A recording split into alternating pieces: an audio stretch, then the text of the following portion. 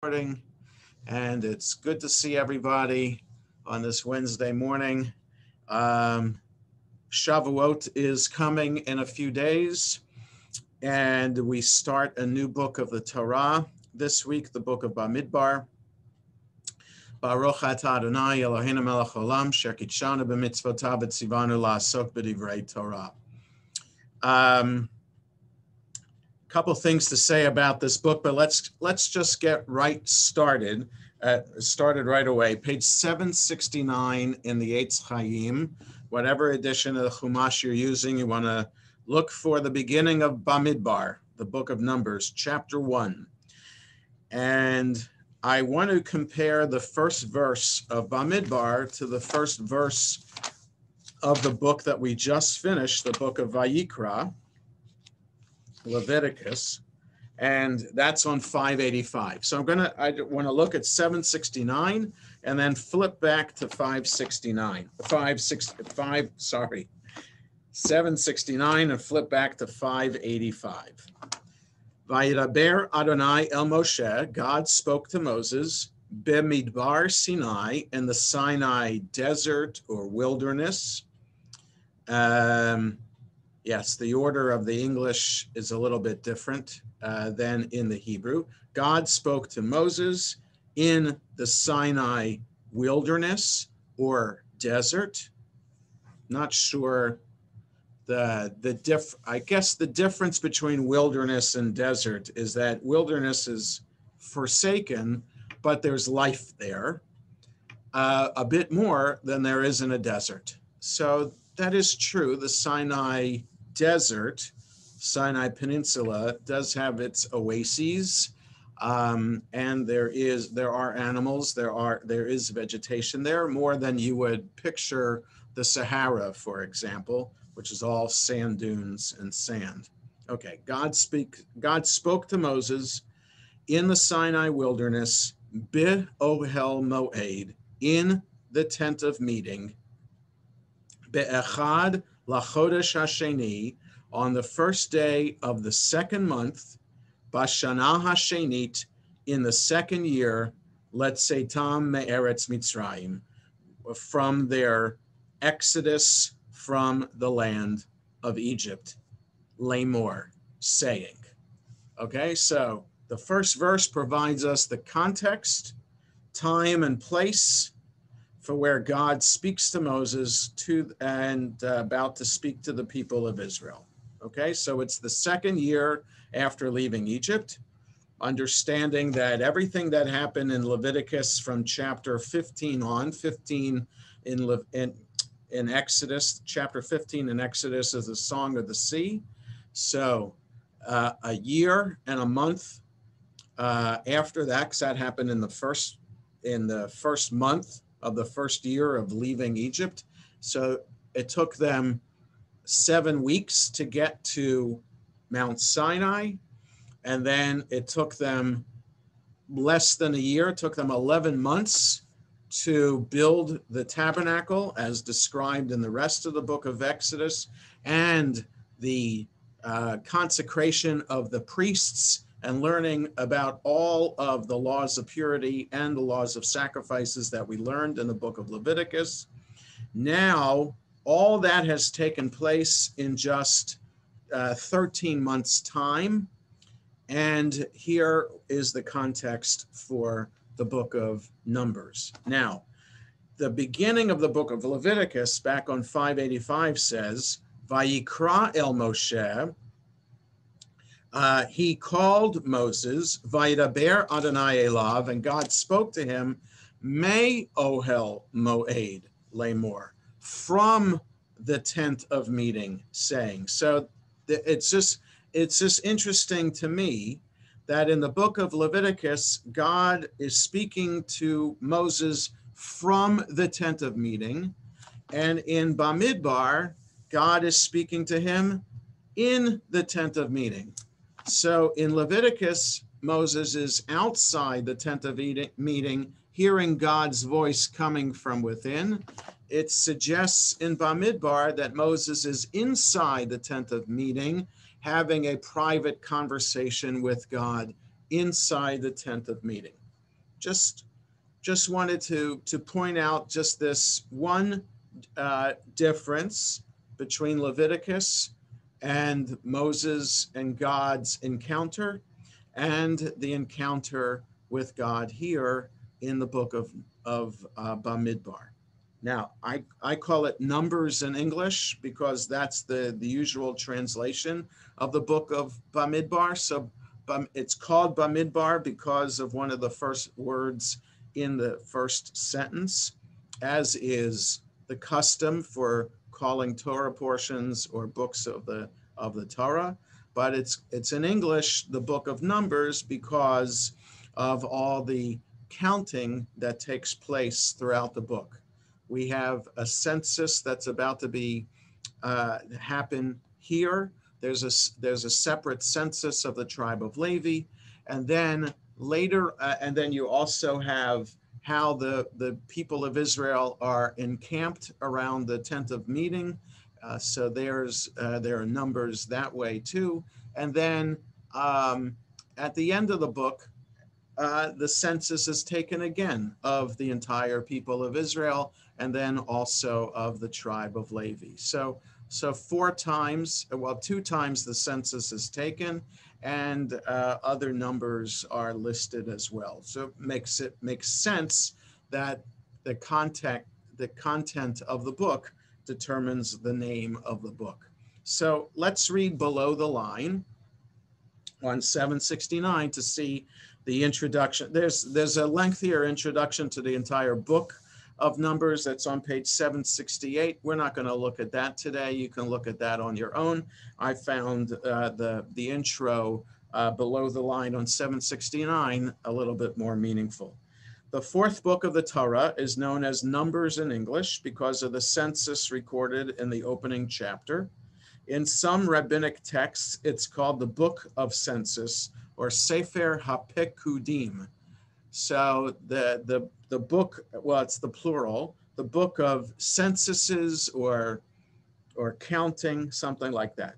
Its proper Hebrew designation from its first significant word is BaMidbar, in the wilderness, and it describes a people wandering through a spiritual as well as a geographic wilderness. So it's interesting, just pause here.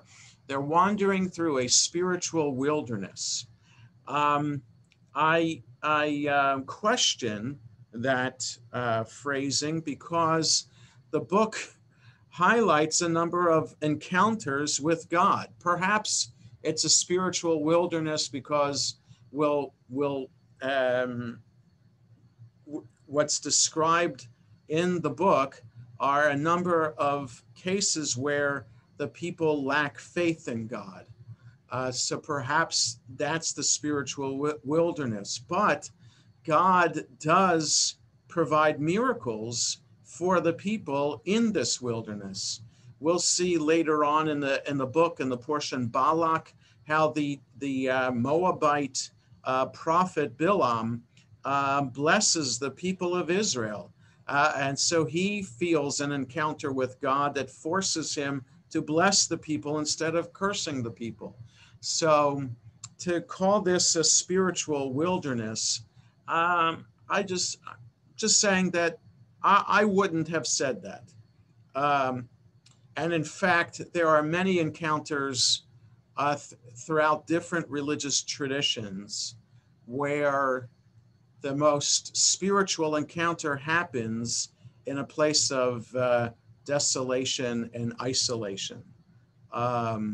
In Christian tradition, doesn't John the Baptist go to the desert to have an encounter? Paul, Saul of Tarsus, who becomes Paul, doesn't he have an encounter alone on the road to Damascus? Elijah runs away from the wrath of King Ahab to the desert and has an encounter with God. Moses has his first encounter with God alone at the burning bush. So there are many examples throughout the Bible and through other religious traditions of people having an intense spiritual encounter in a place that is alone and desolate. I remember once, and Saul, I don't know if that was the Israel trip that you were on. I don't recall, but so we had one Israel trip in which the guide we're on the road to Arad, which is a town near the Dead Sea, and it's often a spot to stay in a hotel before going at dawn to Masada. So on the way to Arad, the guide stopped the bus and had us get out of the bus and kind of walk into the desert there, highlighting for us that this possibly could have been a route of Abraham through the desert. And as he walked around the land of Israel for the first time, and just had us kind of go each in our own directions to find a spot around sunset here in there in the desert outside of Arad, to try to imagine what it was like to hear the sounds that you hear, the wind blowing, other sounds of birds calling, things like that, to try to imagine what it must be like to have a spiritual encounter in the desert. So Saul, I don't think that was your trip. No, I don't think so. No, but yeah, I think it was before that. Anyway, so it's something that tour guides like to do with groups that go, especially with high school kids who are most, you know, you can play with them a little bit and kind of provide these kinds of encounters, experiences like that. So it was a pretty moving experience to imagine what it's like to be in a desert and try to imagine what it's like to hear God's voice there. So the next paragraph. What must it have been like to experience the transition from the grand events of Sinai and the Sea of Reeds to the daily routine of the wilderness, right? Because the book is going to describe for us the journey that the people begin here in the second year after leaving Egypt, now walking to the land of Israel. Supposed to get there and they could be there in a matter of weeks, and we'll see in a couple portions how they'll be doomed to wander in the desert for 39 more years. So so Mount Sinai's in the wilderness itself. They're there as an entire people, and they're hearing the great experience there. They build the Mishkan, and now they have to pack up and start moving to get to the land of Israel. The answer might lead us to the lesson that life is lived not so much in the grand moments as in uncelebrated ordinary times. In Numbers, the focus of leadership passes from the prophet Moses to the priest Aaron, perhaps because the prophet issues great demands from the mountaintop, whereas the priest is involved with the people in the complexities and routines of daily life. Right? So we have the understanding that in the book of Numbers, life is proceeding as it should be once they have received the covenant. Sacrifices are happening in the Mishkan every day. Aaron and his sons are conducting the service in the Mishkan every day, and they are either camped or they are journeying. And so life is kind of establishes a routine, and the spiritual question for the book is, how can the people maintain the connection to God without the intense spiritual encounter of Sinai? Throughout the book, the Israelites who had experienced the Exodus, the crossing of the sea, and the revelation at Sinai are described as a petulant, complaining people, constantly trying the patience of God and of Moses. In Hirsch's words, that's Samson Raphael Hirsch, BaMidbar contrasts the people of Israel as it actually is to the ideal to which it was summoned in Vayikra, right? So if we connect the book to what just happened before, we have from the portion Bechukotai, which we just finished last week, the blessings that can happen if we follow in God's ways and strive to achieve our holy potential, versus the curses and punishments that will befall us if we don't strive for holiness, and in fact, if we sin and neglect in God's ways. So Leviticus sets out, as did Exodus with the Ten Commandments, the spiritual blueprint for the people to be a moral, ethical, religious people. And here is BaMidbar, their first chance to try to live up to that, and how they fail miserably that test. The generation of the wilderness dies off in the course of the 38 years covered by this book. At its conclusion, a new generation of Israelites who had never known slavery, a generation for whom the revelation at Sinai was tradition rather than personal experience, stands poised to enter the promised land. Right? And also, people, Aaron and Miriam, are going to die in this book, as well as the whole generation, aside from Moses, Joshua, and Caleb. Everybody else dies who left Egypt in the book of BaMidbar. So it goes on now with chapter 1. The first parsha deals mainly with two subjects: the census of Israelite adult males in preparation for the battles to reach and conquer the promised land, and the physical arrangement of the various tribes as they marched and as they camped. Okay, so now here's in the tent of meeting. So Be-Ohel Moed, as opposed to Me-Ohel Moed, from the tent of meeting in the beginning of Leviticus. In the tent of meeting, the Lord transferred the divine presence from Sinai to the tabernacle, from a sanctuary established by God to one fashioned by the people Israel. The tabernacle was a portable Mount Sinai, the heavens transplanted and brought down to earth.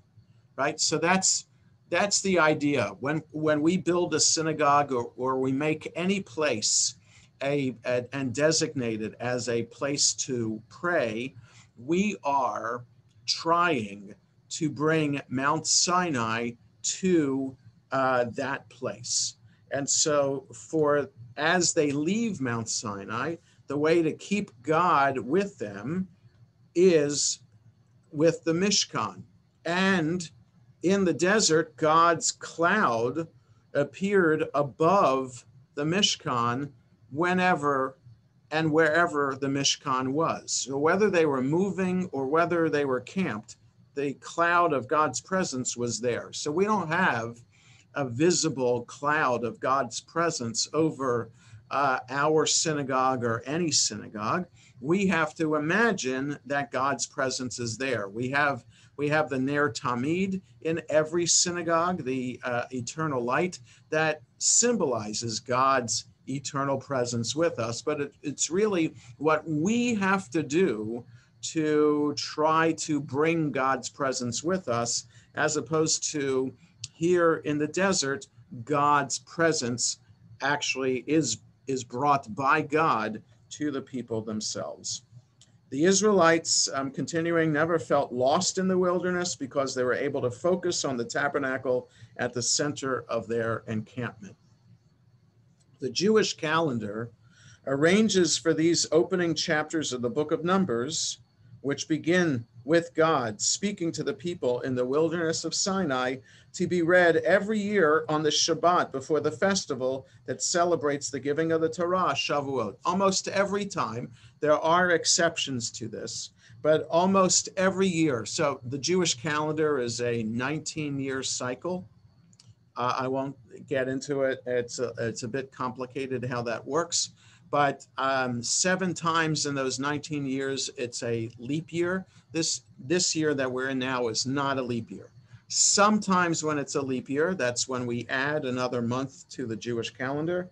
Sometimes Shavuot will happen after the next portion, the portion Naso. But most of the time, the portion BaMidbar is read on the Shabbat before Shavuot. So this year, Shavuot is this coming Sunday night, Monday, and Tuesday, and BaMidbar almost always read before that. It's just a an intention of the calendar it works out that way. So the idea behind that, why is it? According to the sages, this should remind us that the Torah was given in a wilderness, a place accessible to all, a site that belonged to no one people, and that it was given to a people with no real property and few possessions. Right? So as we celebrate Shavuot, we're prepared to do so. When we celebrate the giving of the Torah, we're celebrating that Torah can be studied and we can reenact the giving of it wherever we are in the world. Because the wilderness was a place of emptiness, and we don't really know where Mount Sinai was. So it's a place accessible to everyone, or you could say it inaccessible to everyone. So it's equally accessible and you imagine people traveling through the desert or, on their last legs, and they're without much possessions in their hands. So we come to God empty-handed. We come to God with open mind and open heart. So that's what the wilderness and the portion BaMidbar represents. It goes on, one should be as open as a wilderness to receive the Torah. It is intimidating to open oneself to the demands of God, to a new and morally demanding way of life. The Torah portrays the people Israel as periodically wishing they were back in the predictable, morally undemanding servitude of Egypt. Yet Israel's willingness to accept the Torah, to be as open as a wilderness, to let the Torah's morality fill the moral vacuum in the lives of former slaves, was the essential first step in God's remaking the world. For the first time, God's world will contain a model people guided by the Torah to live a God-oriented life. That's the ideal of why the people of Israel were chosen, were led out of Egypt, were given a covenant at Mount Sinai. And here we have the book of BaMidbar to try to potentially highlight how the people of Israel lovingly accepted the covenant upon themselves and lived the covenantal life willingly. And here in BaMidbar, it will set the stage and be foreshadowing for the rest of Jewish history, how the people of Israel fail miserably in that test to live up to the covenant. And in every generation, there's always a spiritual reckoning that happens as to, if only we could have followed in God's ways, if only we can be united in purpose, in spiritual purpose, then we can see blessing. I mean, just take the news today of the Pew study of the American Jewish community that just came out yesterday, but the Washington Post wrote about it today, right? A separate article by the religion editor, Michelle Borstein, just highlighting how fractured the American Jewish community is. And some people, sociologists in the American Jewish community, as well as religious leaders in the American Jewish community, wring their hands trying to figure out, okay, now what do we do, right? Because studies such as this have been done every 10 years or so. And 30 years ago, it predicted the downfall of the American Jewish community. Right. So maybe about 10 years ago or so, I think in 2003, it said the American Jewish community was at 6.7 million. Now it's 7.6 million Jews living in America. So Jews aren't going away. We are growing a little bit, but we are a fractured people. Affiliation, the denomination that's growing the most is Orthodoxy. In America, you have 75% of Orthodox Jews claim that they are Republican, and the rest of the Jews claim to be Democrat. We have 32% of Jews say they belong to the Reform movement, and only 9% say they belong to the conservative movement. Okay, 9% say they belong to the conservative movement. So my father, who was a conservative rabbi and also worked for the United Synagogue, the organization of conservative synagogues, got out at the right time, retired at the right time, because this is a challenging time to be a denominational Jew. For rabbis, pulpit rabbis, and denominational movements, this is a very challenging time as to where the Jews are going to be coming from and how to encourage people to affiliate when there is no reason for a Jew to affiliate. There are so many things that Jews can do online. What would be the benefit of the synagogue? Now, of course, we know, and we have a past president of Sharei Tefillah is on this Zoom call right now. And everybody here on this Zoom call is a dedicated member of Sharei Tefillah congregation. And we want to, or dedicated to conservative synagogues, and want to see conservative synagogues thrive. It's a tremendous, tremendous challenge. And there is no right answer as to how to get Jews to belong to synagogues. Certainly we have religious school, which is a reason, and a bar and bat mitzvah, which is a draw. But is that enough of a draw to get people to come and to stay and to feel the power of community in their life? That's the main dilemma, and that's what the Pew study highlights for the Jewish community today. And that's the challenge that this commentary is suggesting as well. Could we be united in purpose? And Jews have never been united in purpose. And the book of BaMidbar sets the stage for that. Right? We'll read in a couple of portions, in the portion Shlach Lecha, when the people are poised to enter the land of Israel. It's just a few weeks after this portion, and Moses sends a representative of each tribe into the land of Israel to scout out the land. They report back. 10 of them say, they all say that it's how mighty the inhabitants are and how fortified the cities are. And 10 of them say, there's no way we can do this. 2 of them say that they can. So already the scouts themselves are not united in how they're reporting back, and then that causes alarm and disarray within the community of Israel. So from then on, and throughout the rest of the Bible, and throughout the rest of Jewish history, we know how fractured the community is. In the time of Hanukkah, it seems from the story of Hanukkah that all the Jews in Israel at the time were united against the mighty Greek Empire. But that wasn't the case. There were many Jews in Israel at the time, 2,100 years ago, who acted like Greeks, took on Greek names, tried to participate in Greek culture, and were opposed to the rebellion, the Maccabees rebellion.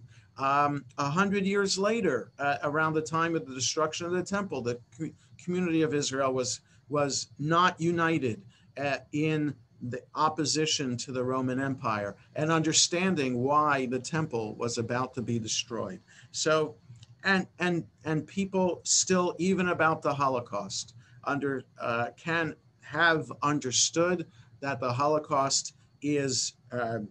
I am not one of these people who believe this, but there are Jews who believe this, that the Holocaust comes as punishment for Jews forsaking God's way, which is a heresy and a blasphemy that I have heard. I do not subscribe to that, but there are Jews who believe that because of the secular nature of the Jewish community in Germany, that led to God bringing the Holocaust. So there are a whole variety of reasons throughout the ages that the people have not been united, and that this is what the commentary is suggesting to us here. Even an idyllic time, there's no place else for the people of Israel to go. They have to be together on their way to Israel. And even then, and even that, it's just 11 months after they heard the experience of Mount Sinai. Just 11 months after that, they still could not be united in purpose in being faithful to God. So this last paragraph of this introduction, the wilderness untouched by human settlement offered a contrast to Egypt, which was dominated by monuments fashioned by human hands. Thus, it was a fitting stage for God's being proclaimed sovereign of the world. We may even see a parallel between the revelation at Sinai, when God imposed moral order in the midst of a wilderness, and the creation of the world, when God imposed natural order on chaos. Okay, so the verse 2 of our portion says here on page 770, Se'u et rosh kol adat b'nei Yisrael. So it's translated as take a census of the entire congregation of the people of Israel. But it literally means lift up the head of the entire congregation of the people of Israel. Okay, so lift up the head is understood to mean to count. How do we do this? Lemishpachotam, according to their families. Levet avotam, to their fathers' houses. Bemispar shemot, the number of names, listing the names. Kol zachar legugulotam, all males according to their, it says here, head by head. But a gulgolet is like a skull. So kol zachar legugulotam, every male according to their head. Okay, one by one. So that's how the census is supposed to be. Verse 3, mi ben esrim shana v'mala, from age 20 and up, kol yotzei tzava b'Yisrael, all those eligible to go fight in the army of Israel. Tifgedu otam, count them. Letzivotam, to their, according to their arms, to bear arms. Ata v'Aharon, you, Moses, and Aaron should be in charge of the counting. Okay, so let's look at below the line about this idea of taking a census. Literally lift the head. This prompted the comment, let the Israelites hold their heads high in pride as they contemplate who their ancestors were. Right, so they're lifting their heads high as they are counted among their families and their ancestral houses. Although the purpose of the census was purely functional, mustering the Israelites for battle, the Midrash uncovers another dimension to it by comparing God to a person who had a store of precious jewels. Right? In other words, why does God command a census? Doesn't God know how many Israelites there are? God is God. God is all-powerful, all-knowing. God should know how many Israelites there are. Why does God need Moses and Aaron to count them? So that's why the Midrash says God is compared to a person who had a store of precious jewels. From time to time, this individual would take out the jewels and count them to take pleasure in their beauty and to be reassured that they were all safely there. So it's a beautiful Midrash, understanding that from the people's perspective, understanding why God is commanding this, because God loves us and God sees us as precious jewels, and each jewel in its individual right is precious and has particular meaning. Each individual within the Jewish community is precious and has separate meaning and holiness, and therefore taking count, you're making sure that everybody is safely in place. So that's a beautiful midrash about what the point of the census is, that every single human being is important and is precious. And so it goes on, for the Ramban, Nachmanides, the census testifies to the miracle of Israel's survival and increase despite the efforts of Pharaoh and Amalek and the rigors of the wilderness journey. Right now, and taking a census for Nachmanides means, look, the people of Israel could have died in the desert. Not only didn't they die, they thrived. He points to the enduring lesson of Jewish history. We have not succumbed in spite of devastating losses and persecution, right? Nachmanides' time, the people, the majority of the Jewish community living in Spain, but there is a Jewish diaspora throughout Southern and Central Europe and North Africa and the Middle East. And despite all of the exile and the dispersion, the Jewish community still is thriving, Nachmanides says. He points, right, Levi Yitzchak of Berdichev connects the final total of 603,550 Israelites to a tradition that there are 603,550 letters in the Torah, right? At the end of every book of the Torah, it has there's a paragraph that tells us how many words, how many sentences were in that book. It's a Masoretic note, and I'm just looking to see if our Eitz Chaim has something like that at the end of Vizot HaBracha, and it doesn't. Right. Just looking. Let me just run and get the Hertz Chumash does have that. And so if I look at the end of Numbers, for the Masoretic note at the end of the book of book of Deuteronomy, for the final note on everything there, right? So let me show you what this paragraph looks like. See all those two paragraphs in Hebrew there under the word chazak. That's the Masoretic notes explaining the significance of all the words. So it says how many verses there are, how many portions there are, how many chapters there are, how many verses in the entire Torah.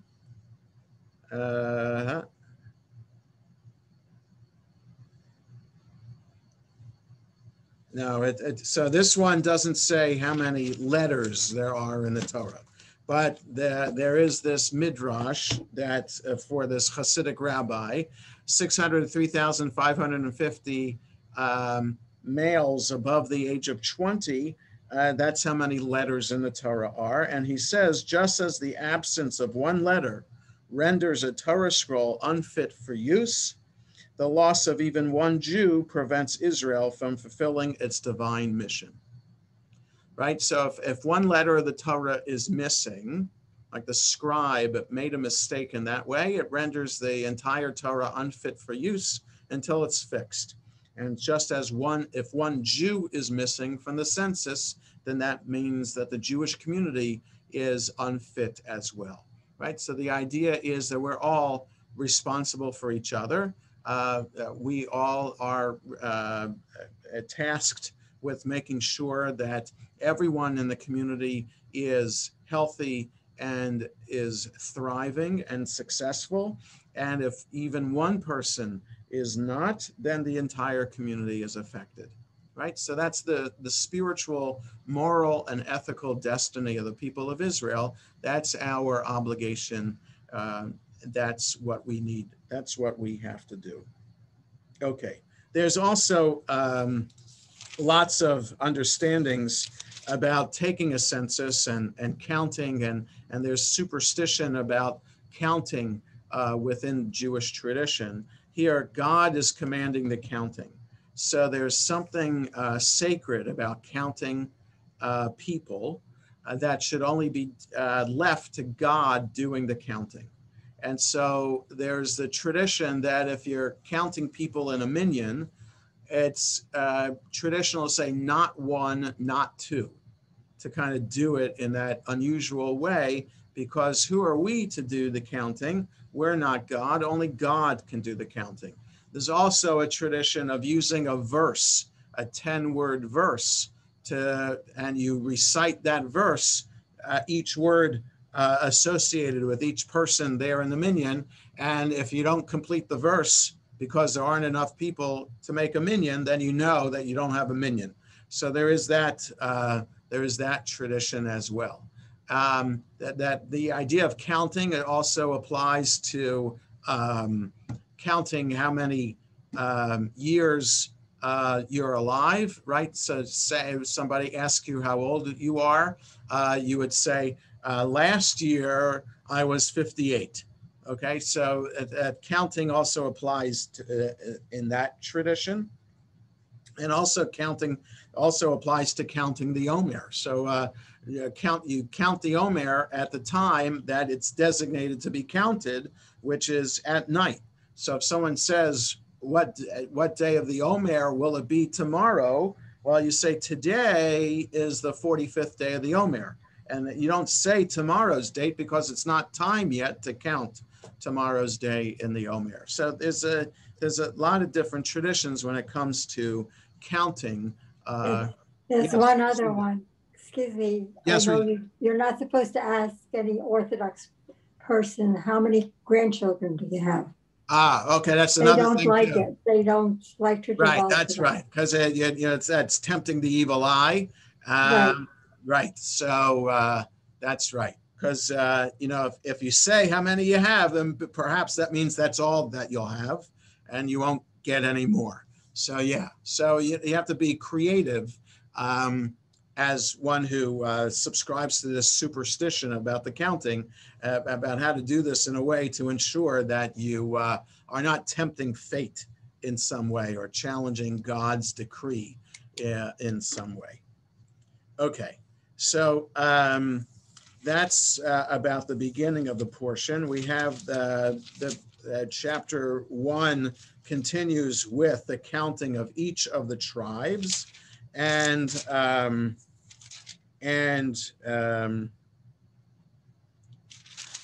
just the order. Though there isn't commentary about it, the order in which the tribes are presented is not the order in which the sons of Jacob were born, right? It was Reuven, Shimon, Levi, Yehuda, I think is the order. And that's not how it's presented here. Well, Levi gets its own census anyway. It's Reuven, Shimon, Gad, and Yehuda. Okay, so there are other commentaries that talk about that, but I just wanted to point out that it's just interesting that when the 12 sons of Jacob are born, other times that the 12 sons are listed, they go out of order. We have that also in chapter 7, I think, in the presentation of the gifts for the dedication of the Mishkan. Each day, a different tribe is bringing a gift. And you have on the first day, it was the tribe of Judah, not the tribe of Reuben. And the second day was Yissachar. And the third day was Zebulun. And the fourth day was Levi. Was Reuben. So it's just fascinating how the tribes are presented in different order than they're presented. Then they were presented as they were born in the book of Genesis. Okay. Then in chapter 2, we have the listing of how the tribes were to be camped around the Mishkan itself.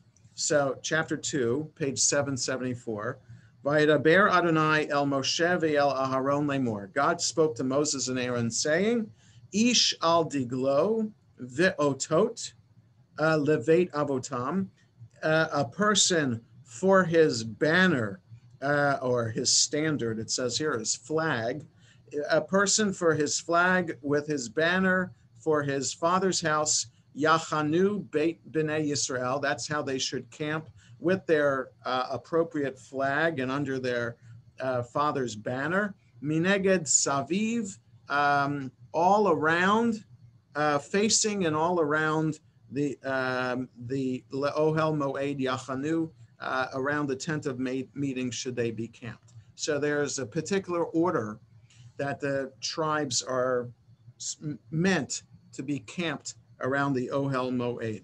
So on the eastern side, which some might suggest would be the more important side, the eastern side would be the tribe of Judah. And then on each side would be Issachar and Zebulun. So on the eastern side was, right. So now let's look at the commentary to chapter on below the line of 774, where it says chapter 2. The key to the physical deployment of the Israelites as they camped and as they marched was the setting of the ark at the center of the camp. Every individual Israelite was located in relation to the ark and the tabernacle, right? So that's what we just found out here at the beginning of chapter 2. They're camped facing the Ohel Moed and around it. The tabernacle was the first thing one saw on leaving home and the first thing one looked for on returning home. No matter where you were, you walked out of your tent and you would see the tent of meeting either right there or in a distance. Gradually, this physical centrality must have led to the ark's gaining a central place in the Israelite soul, right? So when we come to synagogue, the ark is on the eastern wall, or wherever we are in the world, the ark is on the wall to which you would pray towards Jerusalem. So in South Africa, the ark would be on the northern wall, right? In Iran, the ark would be on the western wall. You get it in Moscow, it would be on the southern wall. So wherever you are in the world, that's the wall, the direction that you're facing. You may have seen, if you're on Facebook, a lot of people are updating their profile pictures as standing with Israel. And one of the choices for standing with Israel is this one that has this Hebrew phrase, Libi BaMizrach, my heart is in the east. So this is Yehuda Halevi wrote this famous poem, Libi BaMizrach ve'ani besof ma'arav. My heart is in the east, but I am at the end of the west. Right? This is Yehuda Halevi, one of the great rabbis and leaders of the Jewish community in Spain. So this is before Columbus set sail to know that there was anything west of the Iberian Peninsula. So Yehuda Halevi saying he's in the end of the west. Well, that's all that people knew. The Iberian Peninsula was as far as you could go. It was just water west of there. They had no idea what was beyond. So he's just pointing out poetically, my heart's in the east in Israel, but I here am stuck at the end of the world, the western end of the world. So the idea here, the ark for American Jews, we face east, and so that when we pray, our heart will always be in Israel and in Jerusalem. A tradition has it that the tribe of Judah, situated at the eastern edge of the camp, right? So that's what we're told from verse 3 through verse 9, the three tribes that are on the eastern side, the commentary says that they marched backward when the Israelites broke camp and traveled eastward to avoid turning their backs on the ark. There is that tradition in synagogue today that you shouldn't have your back to the ark because you're putting your back to the Torah, you're putting your back to God. So we don't really follow that in our congregation, but there are people and there are synagogues that ensure that your back is never to the ark. When we read Torah, actually, which we hope we will do once we open up again in June, the Torah is placed on the shulchan, the reading table, and our backs are to the ark. But the Torah is right there in front of us on the table. So, but here the tradition is that these three tribes, when they marched, they would be the first ones because they'd be going east. They would not have their backs to the ark, they walked backwards. Thus, they found their path to the future by orienting themselves to their past. So that's a nice kind of idea. That how do we go into the future? How do we go forward? We have to go forward with a clear understanding of where we came from. So that's a beautiful idea of that tradition. Chapter 3 has the census of all the Levitical families, and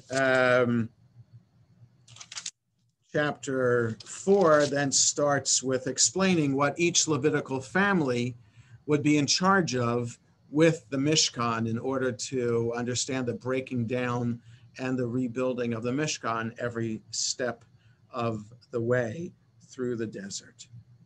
Okay, so we'll stop here for today with our discussion of the portion BaMidbar.